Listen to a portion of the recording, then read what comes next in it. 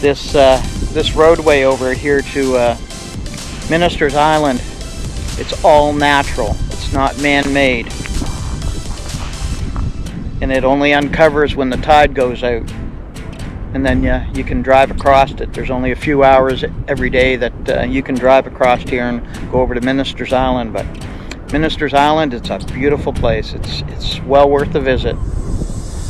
Like I said, it doesn't get enough advertising. It's a beautiful place. A lot of history here.